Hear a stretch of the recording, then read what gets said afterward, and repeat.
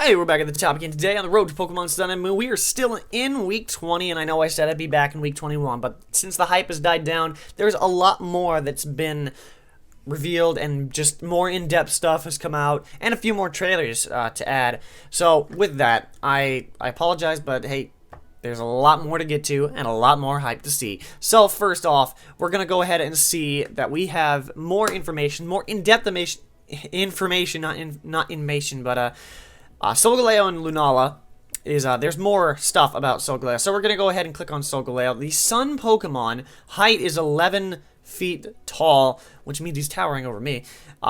Tons more weight than me, of course that doesn't matter. Full Psychic Steel and Full Metal Body. And of course we get this. Since ancient times, Solgaleo has been honored as an emissary of the sun. It is referred to with reverence as the beast that devours the sun. Devours the sun? What? Solgaleo's body holds a vast amount of energy, and it shines with light when it is active. It has a flowing mane with remarkable resemblance to the sun. Its signature move is Sunsteel Strike, an attack that charges at an opponent with the force of a meteor, disregarding the target's ability. I'm assuming that's going to be fire type. It's not going to get stab, unfortunately, but disregarding the target's ability. So it seems like this is a move with Mold Breaker slapped on. So anybody with multi-scale, no, forget that. Mega Venusaur, you're not going to live it. There's no way you're going to, well, I don't know why anybody would stay in on a Mega Venusaur. I mean, on a Solgaleo with their Mega Venusaur, because they're a Psychic Steel type, so that is a horrible matchup for Mega Venusaur, so I don't know what I'm saying. Solgaleo's ability is Full Metal Body, a new ability that no previous Pokemon has had. Technically, with the Full Metal Body ability, its Pokemon stats will not be lowered by the effects of an opponent's moves or ability. So, it says that no previous Pokemon has had a Full Metal Body.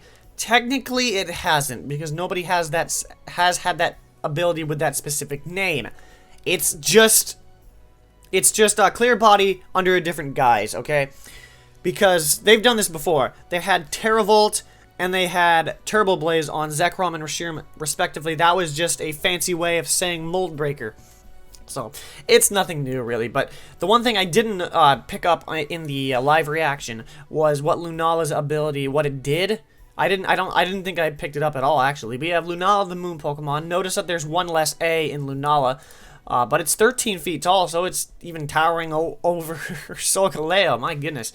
Weight, not that much. Psychic Ghost, like I said, so Ghost and Dark types are going to just derail this moon bat-looking thing with Shadow Shield. I didn't actually mention that in the live reaction, but since ancient times, Lunala has been honored as an emissary of the moon.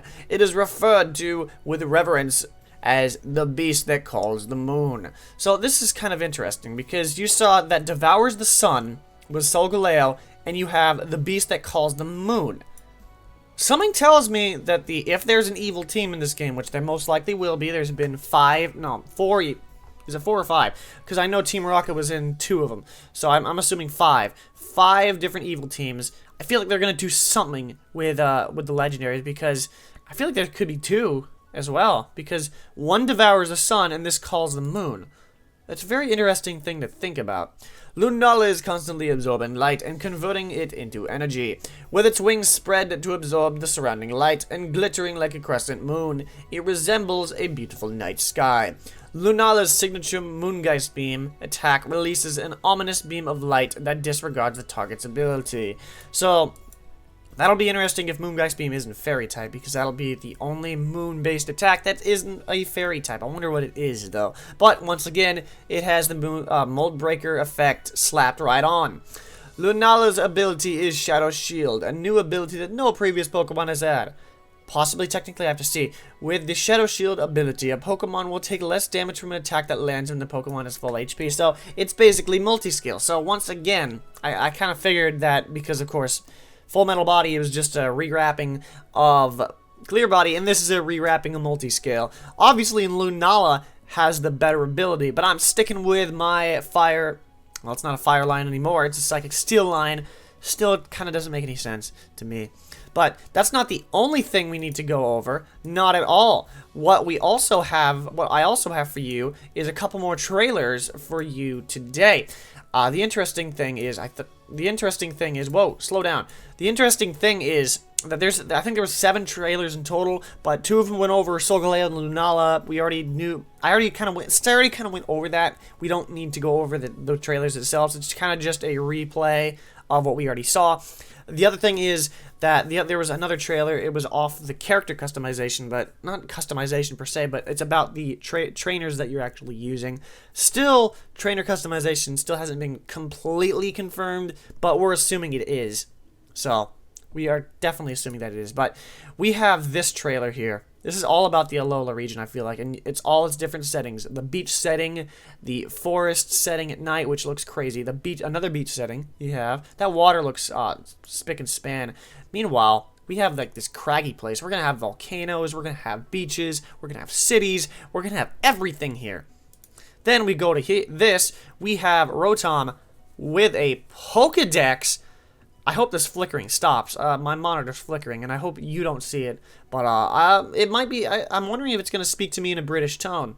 I will, just, you know, bop bop cheerio. Okay, that's not what he sounds like, but it's going to be interesting. Look at this Pokedex, though. Just look at this. Looks actually pretty cool. Notice that they don't have the 3D cell shaded models.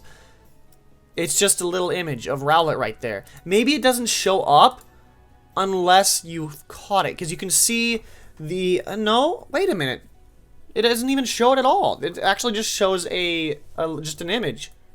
Very, very interesting. I didn't notice that before when I originally saw this. That's very interesting.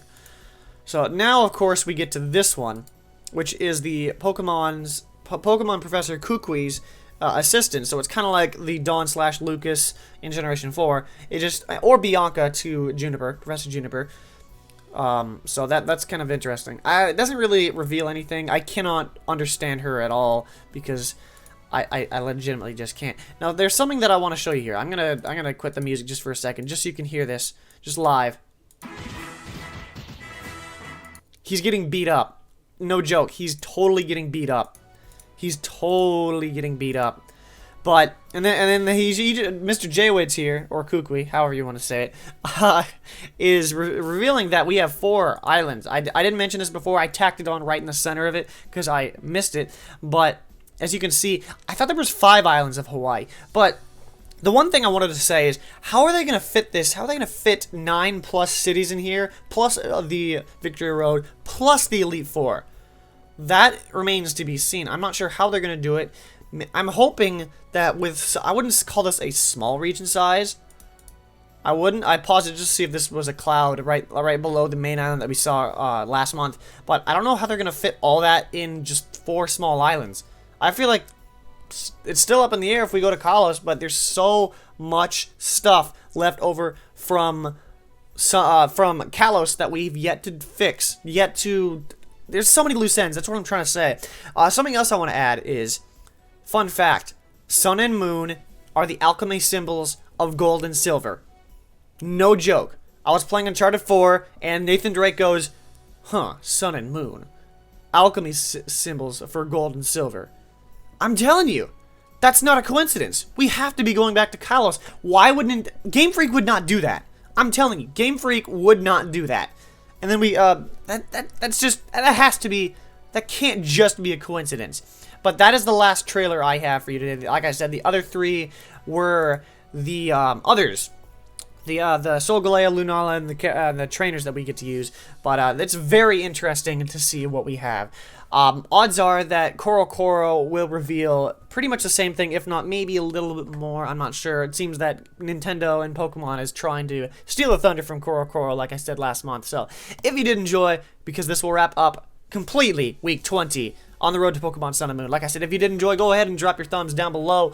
The support on this long road as we get on the hype train is always keeps the hype train moving along. And if you want to join the hype train, hit the subscribe button to sit right down next to me. Week 44 is the destination. We have 24 more weeks of hype and speculation and top 5. It's gonna be a wild ride. So I will catch you back at the top for real this time in Week 21 later on, because that's how you do is kick his dog! Kick his dog! Kick the dog in the face! Team Bowl Cut! My goodness, you call yourselves adults? You kids don't grow up to be like these solar specimens.